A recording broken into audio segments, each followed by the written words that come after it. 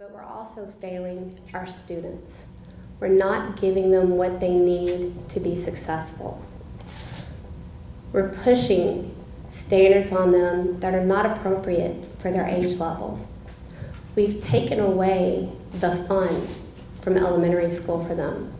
There's no more art in elementary school. There's no more music. Our students are being forced, instead of being able to go and run and play or to even enjoy the library time, they're having to do remediation for tests. It's all about the test. And it's not just my district, it's statewide. We need to give more to our students. We need to give them the education they need. We need to give them the foundational skills that are missing. There's no more grammar instruction. I don't know what happened to it, but it has slowly dwindled away. They're not even expected to spell anymore.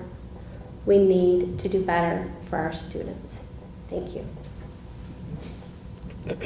Thank you very much. We'll move now to Ms. Holloway. You'll also have 3 minutes for your open. Great. Thank you. Thank you, Chamber, for having us tonight. It's a pleasure to be here. My name is Sandy Holloway, and I'm a BESE member in District 3, which encompasses 15 districts. I'm a veteran educator for the last 40 years and seeking re-election for BESE District 3.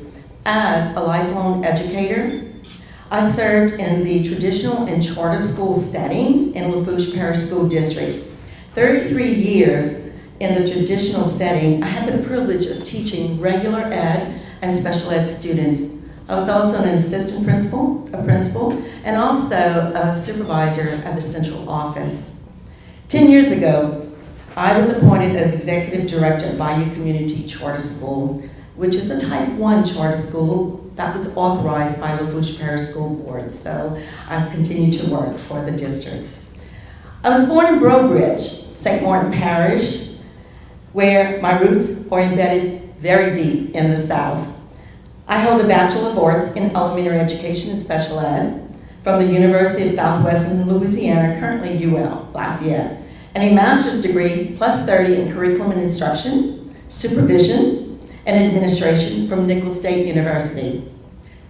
As you can tell, I have extensive experience and qualifications. As a BESE member since 2016, I also served as the chair for the Educator Effectiveness Committee and also the co-chair for the State Special Ed Advisory Panel. I am actively involved in many aspects of the community, the state, and internationally. I serve on the Thibodeau Chamber of Commerce's Executive Board as Treasurer and as a member of the Government and Public Affairs, Blue Ribbon, and Essentials for Educators Committee. I'm a member of the Rotary Club of Thibodeau, serving as past president, and Rotary District 6200 Chair of Early Act and Youth Act clubs. I am an alumni of Leadership LaFouche and Leadership Louisiana. I am married to Skip, who's here tonight, and we have 3 children, Shay, Seth, and Simone, married and with 8 grandchildren, and we all reside in Thibodeau. I'm running for re-election to continue to be a vote for children because every child deserves a quality education. As an educator and administrator with 40 years of experience, I am committed to giving every child in our state access to high quality education that best fits his or her needs in order to excel. Thank you. Thank you very much. We'll move into our question, which we will have 2 minutes for a response on this. And our first question will go to Ms. Perea. First, I'll say a statement, and it'll be followed by a question. I'll repeat the question again at the end. State accountability involves hours of testing for young students, along with regular teacher tests for report cards and testing to measure progress. Children in St. Mary Parish schools can spend up to 180 plus hours each year taking tests. If elected, what is your vision for student accountability testing? Please be specific and also include in your answer what plans you have for LEAP testing. Again, the question, if elected, what is your vision for student accountability testing? Please be specific and also include in your answer what plans you have for LEAP testing.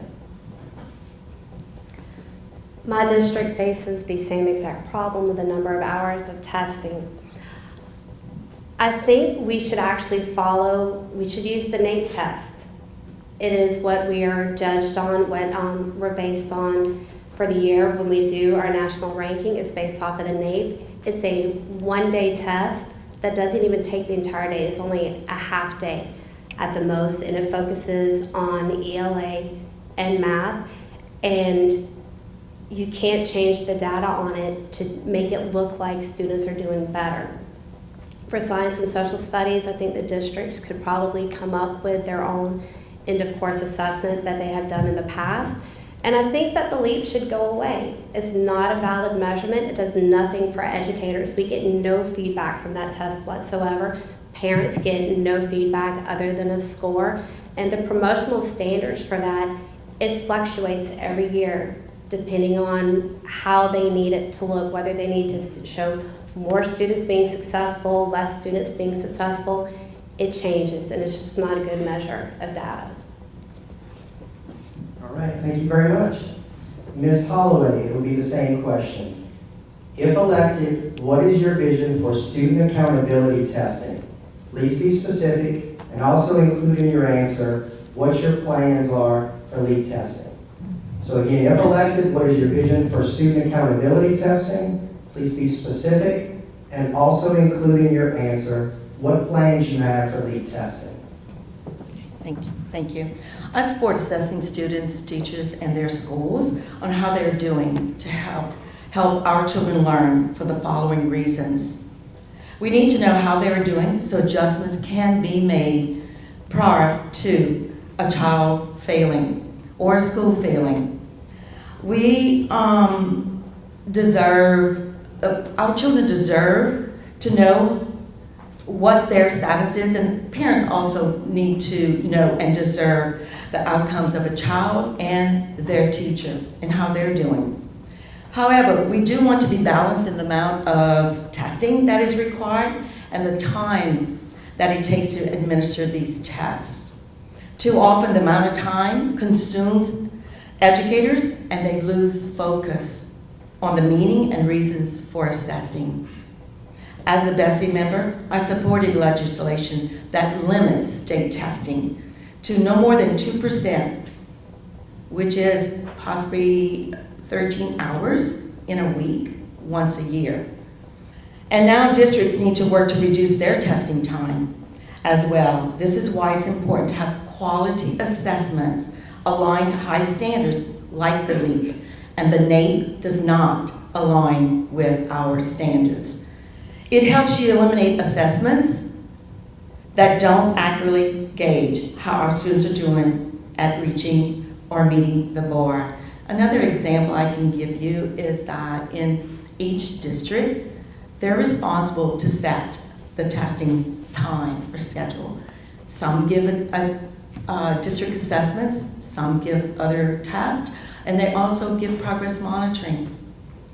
In a local district, due to the fact that there was a lot of testing besides the LEAP of 13 hours, possibly a year, they reduced the amount of tests that a teacher gives per content. And that's within your pupil progression plan. So I highly recommend that each district look at the time of testing that they're doing for each of their students. All right, thank you very much. We'll move into our second question, and Ms. Holloway, you will answer this one first. Lately, the state has been dictating the curriculum that schools must use. In St. Mary Parish, in 2018, 12 schools were listed for intervention. Some schools had to remove all earlier textbooks, and the state required teachers to download a scripted curriculum. If elected, would you, as a BESE member, allow flexibility in how fully certified and advanced degree teachers use their expertise to advance students with a continually changing state curriculum? In other words, can experienced and high-performing teachers pull from multiple sources to teach students, or must they follow the state's scripted curriculum? Can experienced and high-performing teachers pull from multiple sources to teach students, or must they follow the state's scripted curriculum? Thank you. It's important to be clear that local districts are responsible for selecting the curriculum to be used by the schools in their district.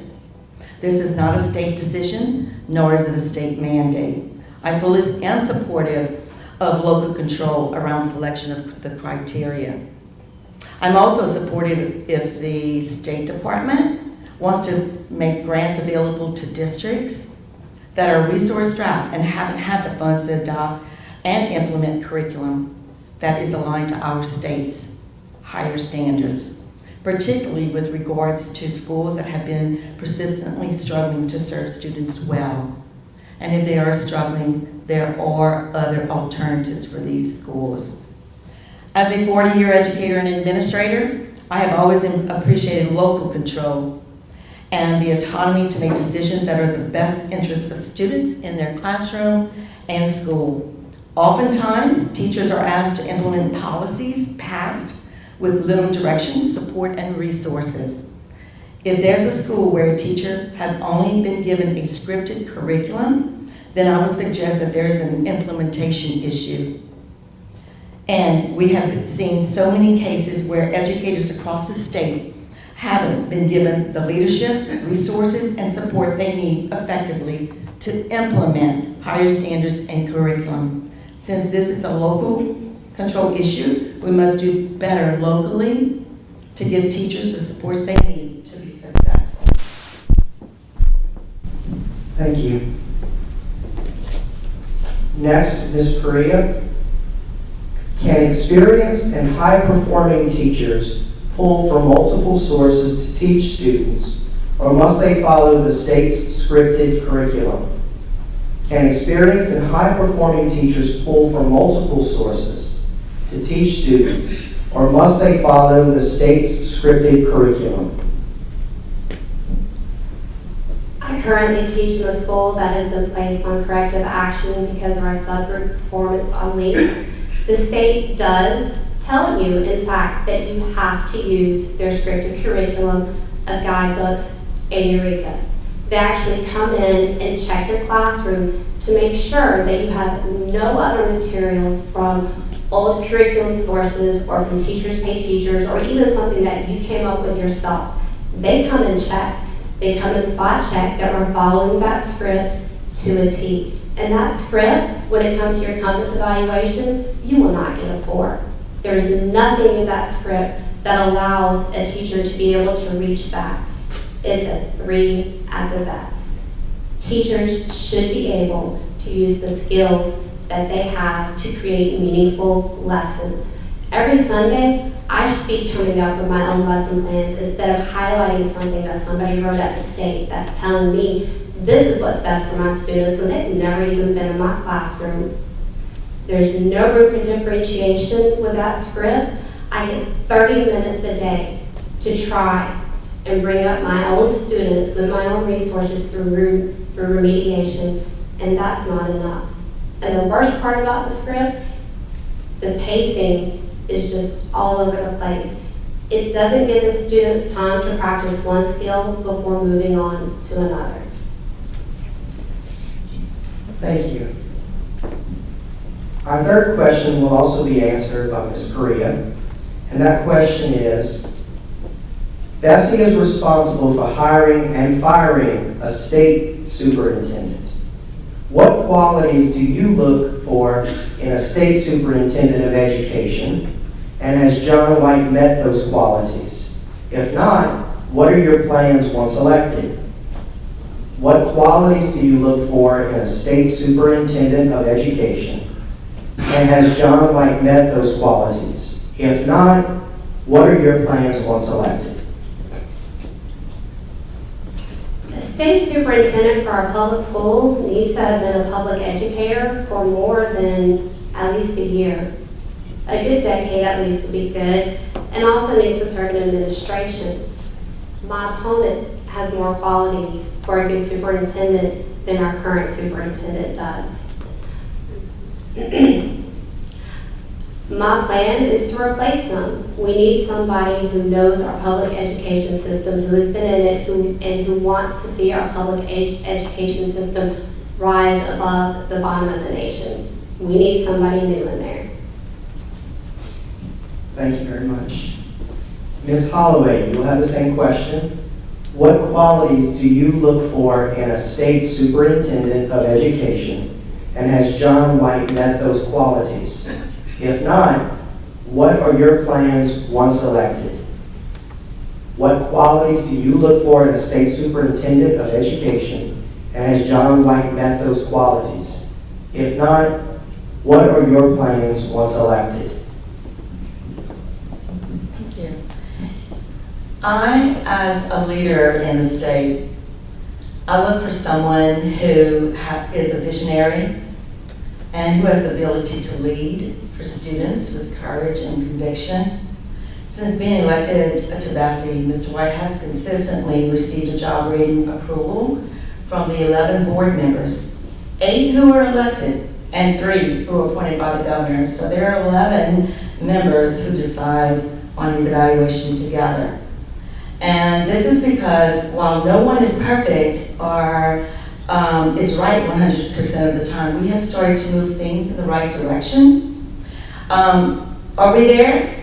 No, we need to work even harder.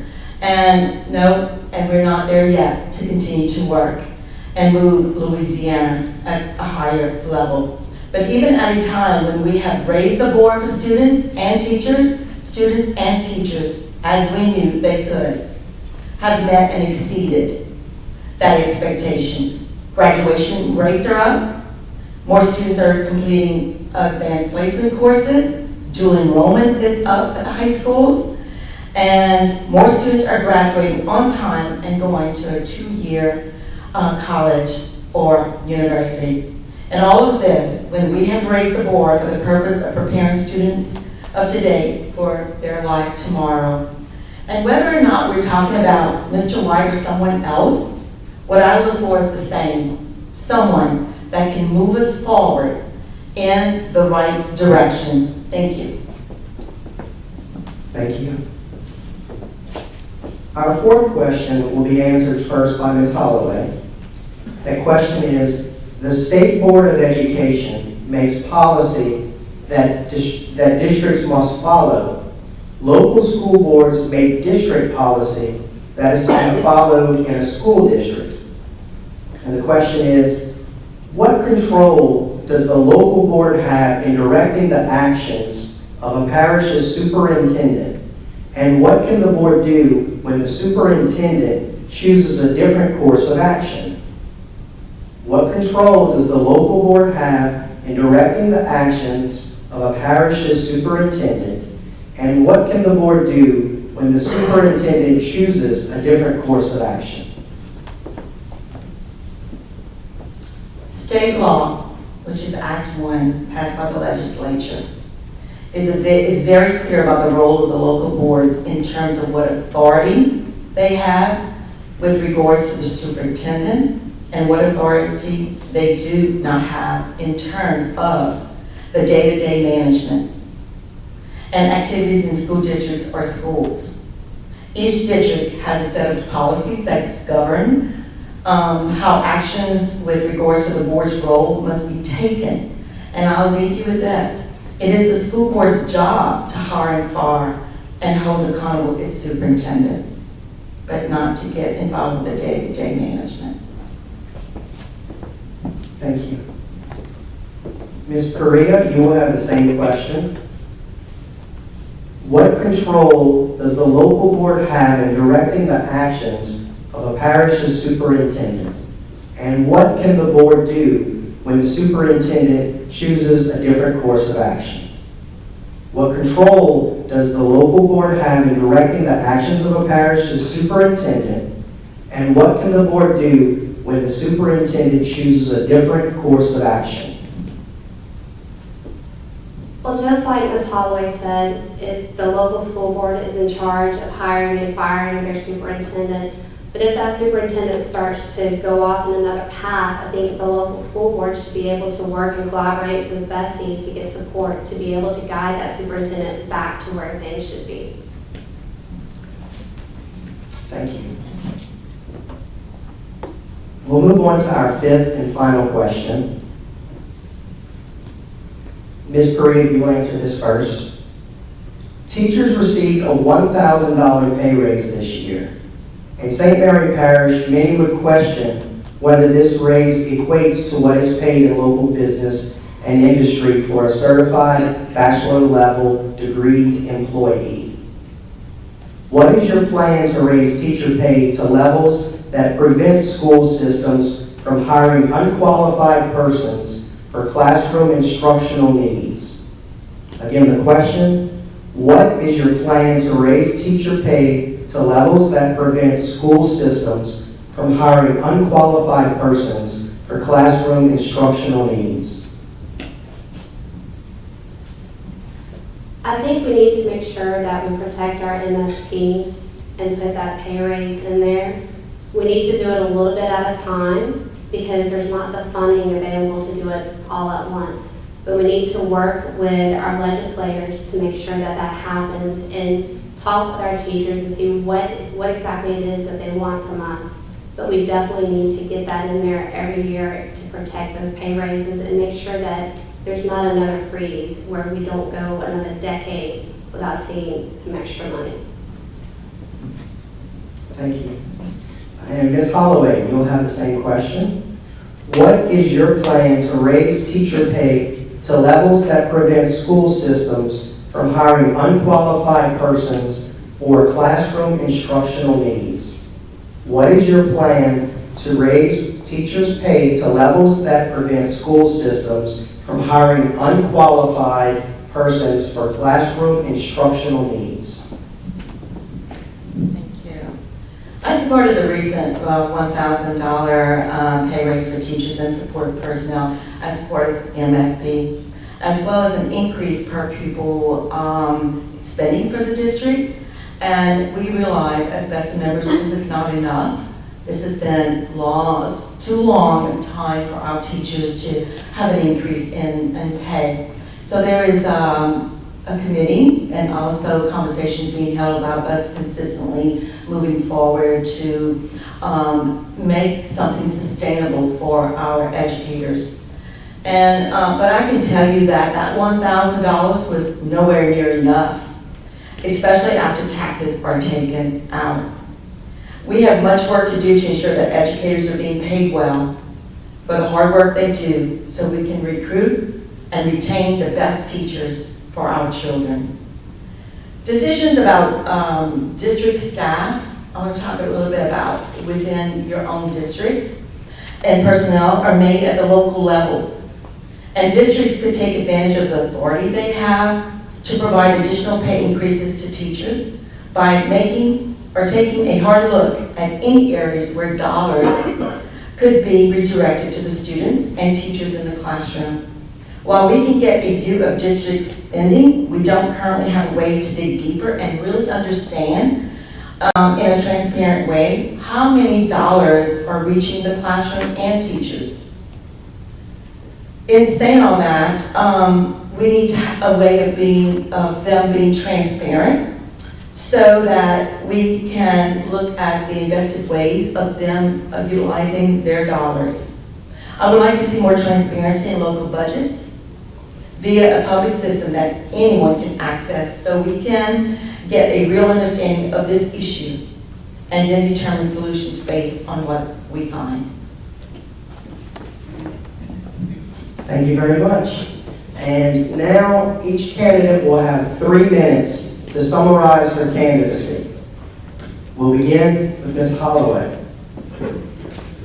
Thank you. I'm running for re-election to continue to be a voice for children because every child deserves a quality education. As an educator and an administrator with over 40 years of experience, I am committed to giving every child in our state access to high quality education that fits his or her needs in order to excel, from birth to college and career.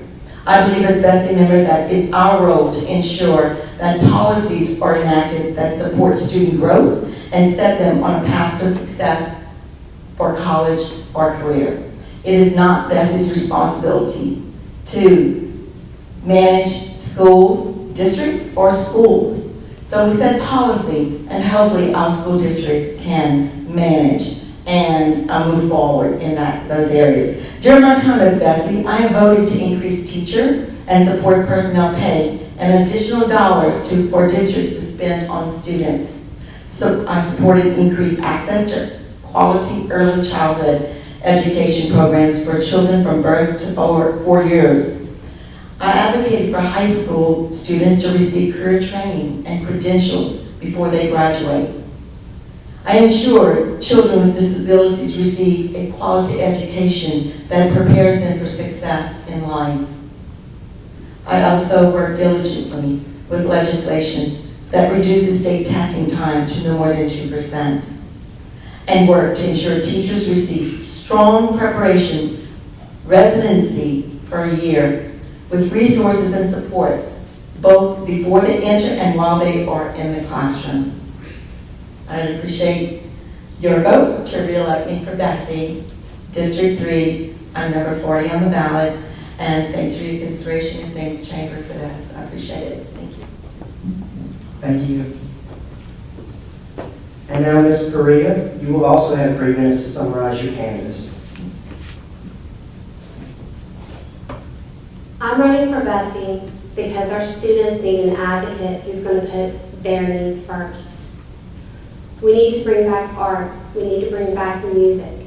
We need to bring back developmentally appropriate standards for our younger students. We need to make learning fun for our children again and put education back in the classroom instead of teaching them how to answer questions on a state test, because that's what's become the most important thing. Not that the child is actually learning, but that they can bubble in the correct answer on the test. We need current public educators on our board because we know what's going on and we can make the best changes. Thank you. All right, thank you. Let's give a round of applause to our candidates. Y'all may be seated back in the audience.